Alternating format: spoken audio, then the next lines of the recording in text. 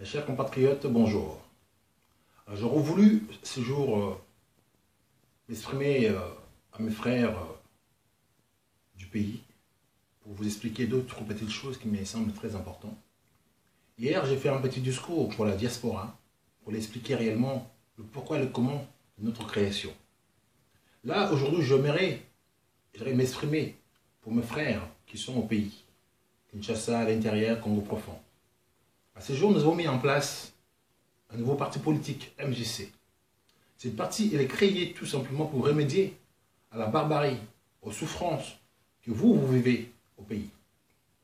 Nous étant que le fils de ce pays, même si on est sorti du pays, mais notre cœur, il est resté là-bas.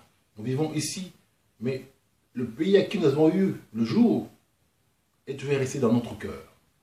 Par rapport à vos souffrances, vos doléances, la barbarie que vous subissez, ça m'a permis à réfléchir, à dire comment faire pour que vous, nos frères et sœurs, puissent trouver la solution à la paix à ces problèmes-là.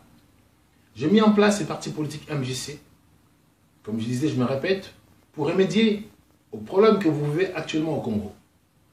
J'aimerais bien que vous sachiez que ces partis, si vous soutenez ces partis, ce sera un parti qui va faire face, je dirais, au pouvoir en place. Je veux qu'à ce jour, tous ces jeunes, j'ai fait appel, tous les jeunes Congolais, Congolaises, de tout le bord, de venir soutenir ce parti MJC. Tout simplement parce que c'est un parti qui revendique les idées, je dirais, pour la jeunesse. Nous voulons que nos femmes, nos mères, nos enfants soient bien traités. Nous voulons que chaque enfant né dans notre sol congolais qui puisse obtenir à ce jour une éducation d'excellence, qui puisse avoir des soins médicaux, pour que demain puisse grandir, avoir une bonne santé. Parce que la santé, c'est la vie. Nous voulons qu'à ce jour, nos policiers, nos militaires, notre armée soient payés et respectés. On ne veut plus voir nos policiers mendier pour manger. Sachant que la police, c'est eux qui doivent protéger notre État. Nous voulons à ce jour que nos professeurs, nos instituteurs, nos maîtres, comme on dit à l'époque, puissent être payés. Puisque grâce à eux, ils peuvent transmettre les savoirs à nos enfants. Nous voulons à ce jour que nos médecins, nos chirurgiens, nos docteurs, comme on dit, qu'ils soient payés à temps et à l'heure pour que nous puissions être soignés et traités comme il faut. On ne peut pas à ce jour permettre que, soi-disant, les gens de gouvernement, leurs honorables, leurs députés, qu'ils soient payés avec des sommes faramineuses, sachant que la population locale ne touche même pas ces sommes-là. Quand on voit ce jour un député chez nous qui doit toucher 6 000 $, sachant que quand il est dans son parlement, il ne parle même pas au nom du peuple, il parle au nom de son parti. Alors un professeur, un maître, un instructeur qui doit transmettre les savoirs à nos enfants doit toucher 100 $. Vous imaginez des 6 000 $ à 100 $. Entre le député et le professeur, qui est le plus important dans un pays? Ce député-là qui est content de toucher 6 000 $. Si nos enfants à nous, ils ne sont pas, je dirais, éduqués, si nos enfants à nous, ils n'ont pas l'instruction nécessaire, comment voulez-vous renouveler les listes du pays?